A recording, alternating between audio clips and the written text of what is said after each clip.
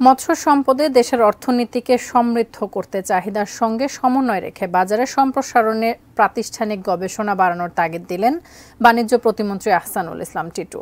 Bangladesh shrimp and fish foundation আয়োজিত এক কর্মশালায় এই তাগিদ দেন তিনি। আরও জানাচ্ছেন মাহফুজা মুসলেহি। আবারও ফিরে আসছে মাছে ভাতে বাঙালির সেই চিরচেনা বাংলাদেশ।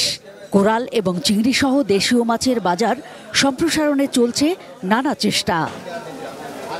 এ লক্ষ্যে সোমবার রাজধানীর শ্রীরাম মিলনায়তনে বাণিজ্যিক খাদ্য নির্ভর কোরাল বা ভেটকি মাছের উৎপাদনে পাইলট প্রকল্প বিষয়ে জাতীয় কর্মশালার আয়োজন করে Bangladesh shrimp and fish foundation. আয়োজকরা জানান, মৎস্য খাতের উন্নয়নে বিভিন্ন দেশের উন্নত প্রযুক্তিকে কাজে লাগাতে সেসব দেশের সঙ্গে আলোচনা চালিয়ে যাচ্ছে এই প্রতিষ্ঠানটি।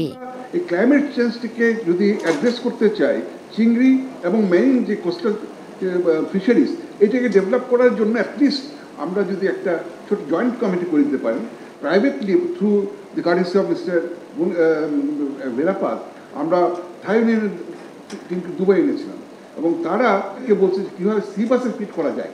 In particular, a cooperation between the Thai Union feed mills and BSF on development of fishery and aquaculture sector.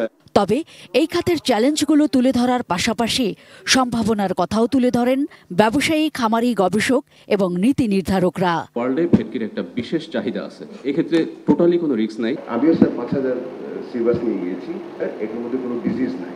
আমাকে কোনো প্রোবায়োটিক ইউজ করতে হয় নাই, আমাকে কোনো অ্যান্টিবায়োটিক ইউজ করতে হয় নাই, আমাকে কোনো মিনারেলস ইউজ করতে হয় নাই, কোনো কিছু করতে হয় নাই।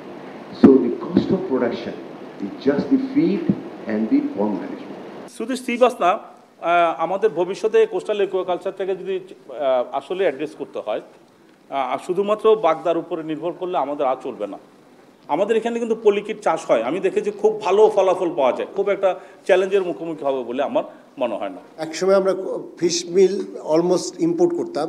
এখানেও যদি যে স্পেশালাইজড ফিশ মিল যেটা আছে, যেটা আপনারা বললেন, সেখানে আমার যদি ডিম্যান্ড ক্রিয়েট হয়, আমার যদি এখানে আজকে 200 টন লাগে, সেটি যখন 2 লক্ষ টন লাগবে, ন্যাচারালি আমাদের কিন্তু ওই ইন্ডাস্ট্রিও গ্রো করবে। বাণিজ্য প্রতিমন্ত্রী জানান, রপ্তানি বাড়াতে মৎস্য খাতের উন্নয়নে নানা পদক্ষেপ নিচ্ছে সরকার। সাপ্লাই চেইন ম্যানেজমেন্টে আমরা কাজ করব, বিশেষ করে আমাদের কোল্ড চেইনটা একেবারেই আমি বলবো যে মানে ফুললি ফাংশনাল না, আমরা এটা নিয়ে কাজ করতেছি। Mahfuza Muslehi, ATN news, Dhaka.